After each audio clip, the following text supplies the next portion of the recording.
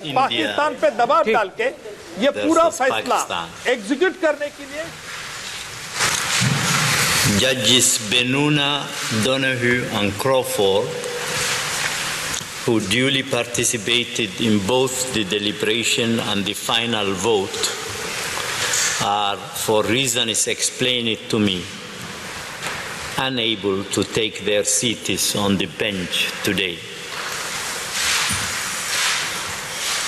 These proceedings were instituted on 8 May 2017 by the filing in the registry of an application by the Republic of India against the Islamic Republic of Pakistan, alleging violations of the Islamic Republic of Pakistan, alleging violations 4 April 1963, to which I will refer as the Vienna Convention.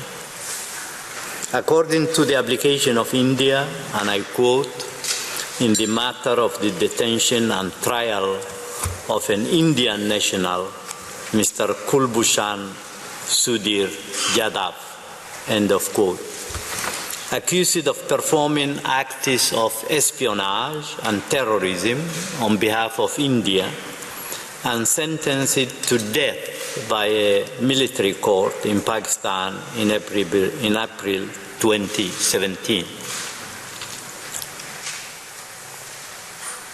As is usual, I shall not read the introductory paragraphs of the judgment, which set out the procedural history of the case and reproduce the submissions of the parties. Nor shall I read the paragraphs which describe the factual background to the case. I shall also omit or summarize some paragraphs of the judgment. The full text of the judgment will, of course, be available at the close of the sitting. I shall accordingly begin reading of the judgment at paragraph 33.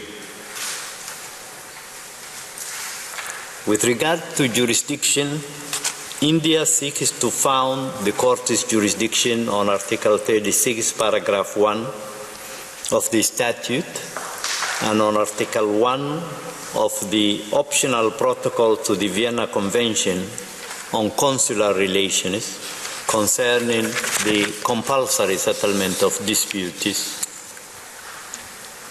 to which I will refer as the optional protocol. India and Pakistan have been parties to the Vienna Convention since 28 December 1977 and 14 May 1969, respectively. They also were, at the time of the filing of the application, parties to the optional protocol without any reservations or declarations. The court noticed that Pakistan has not contested that the dispute related to the interpretation and application of the Vienna Convention, and that the present dispute concerns the question of consular assistance with regard to the arrest, detention, trial, and sentencing of Mr. Jadhav.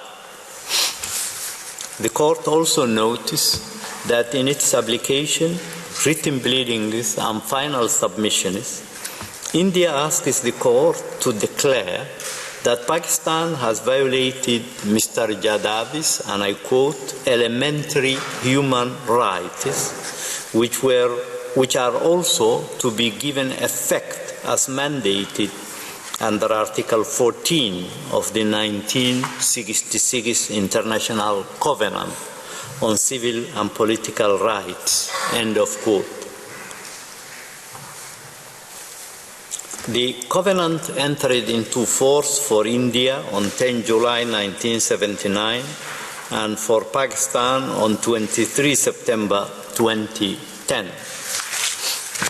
In this respect, the court observes that its jurisdiction in the present case arises from Article 1 of the optional protocol and therefore does not extend to the determination of breaches of international law obligations other than those under the Vienna Convention.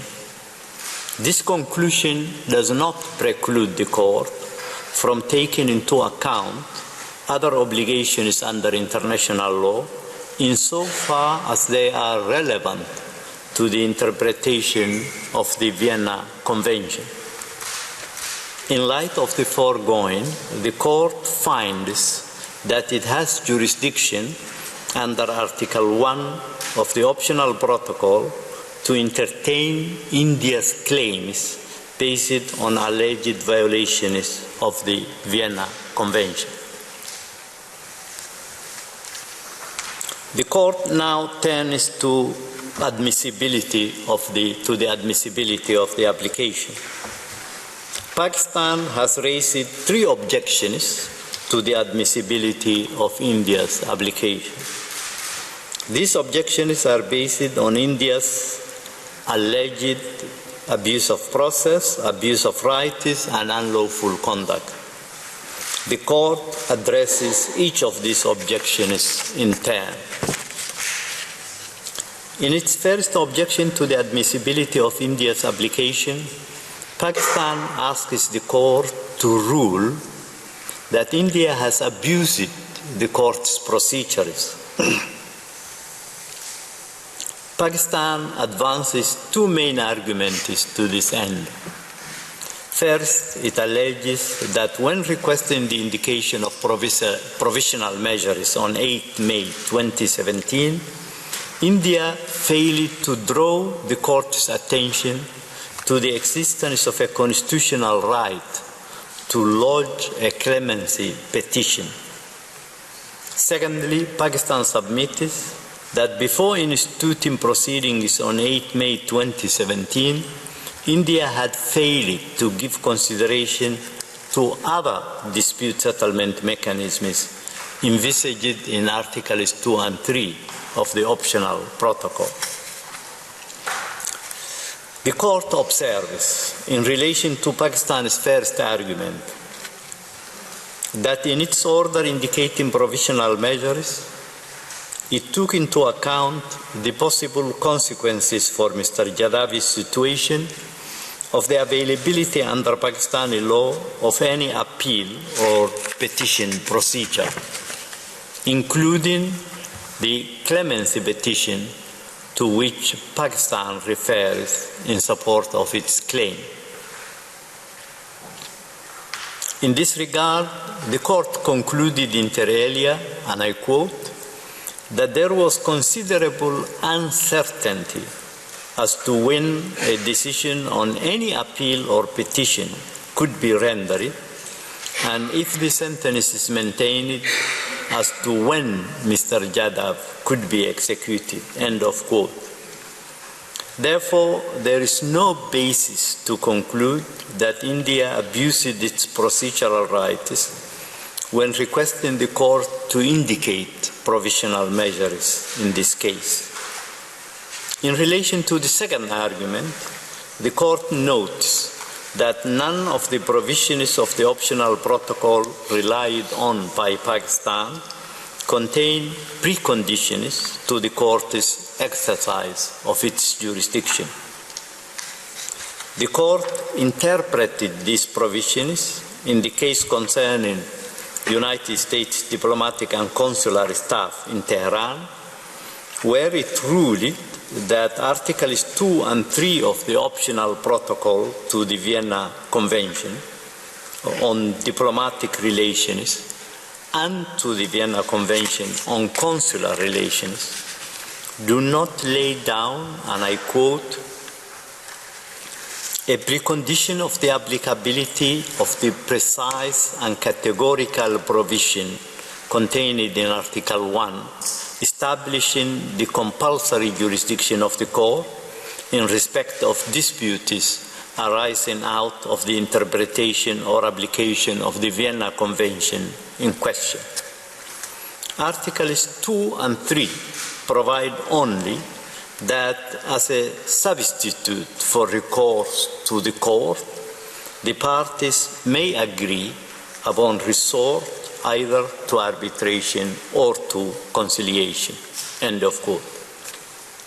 It follows that India was under no obligation in the present case to consider other dispute settlement mechanisms prior to instituting proceedings before the court on 8 May 2017.